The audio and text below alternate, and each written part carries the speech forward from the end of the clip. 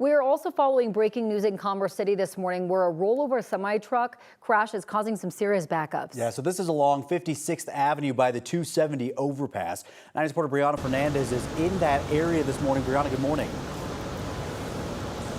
Hey, good morning, guys. We're actually in the underpass of 270 and we're getting a closer look of this semi that was involved in this crash. So according to Commerce City Police and South Adams Fire, they were telling me that this all unfolded just before 5. Just take a look at this. This semi drove off 270 onto 56th Avenue. You guys, it is a mess out here.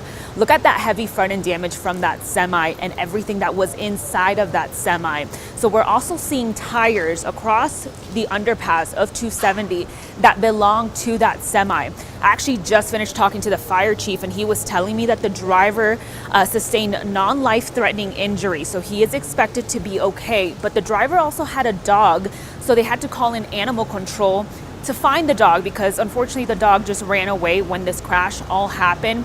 So we know that CDOT is also here because the semi drove off the interstate, so off I-270, it caused this damage. So you're seeing right now just pieces of metal that are dangling off 270. So we have CDOT here because there is structure damage.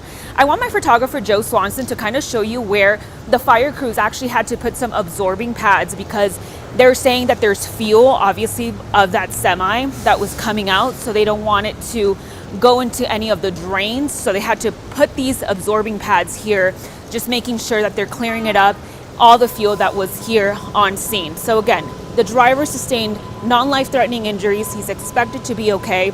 But of course, now it's the cleanup process. There is heavy machinery on the other side of this semi, but the chief was telling me that this is going to take hours to clean up because you have that heavy semi, all the debris, and then that fuel here that also scattered. So I'm gonna send things over to our Erica Lopez because there is a lot of delays along 270. Erica, I'm seeing it right now, and also on 56th Avenue. Absolutely, Brianna. We really appreciate that update and your reporting this morning. Really being able to see things up close and personal. Right now, it truly is a wild scene that we're dealing with. Right now, as far as impacts go, like Brianna said, we have delays on eastbound 270 from Vasquez all the way back to York Street.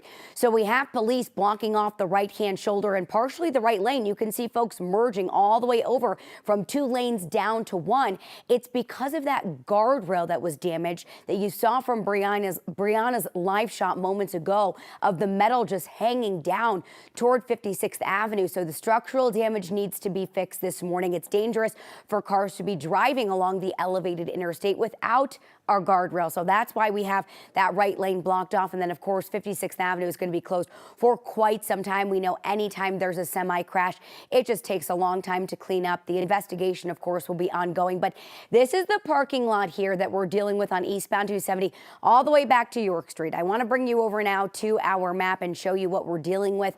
24-minute drive. So we've got about a 17 or 18-minute backup on eastbound 270. Eastbound I-70, good workaround option for you this morning if you need to travel that way. And then, of course, because of the Commerce City closure of 56 between Eudora and Sand Creek, just east of Dahlia Street, 58th Avenue is an option for a workaround for you this morning because, again, 56 is going to be not passable going under 270. And then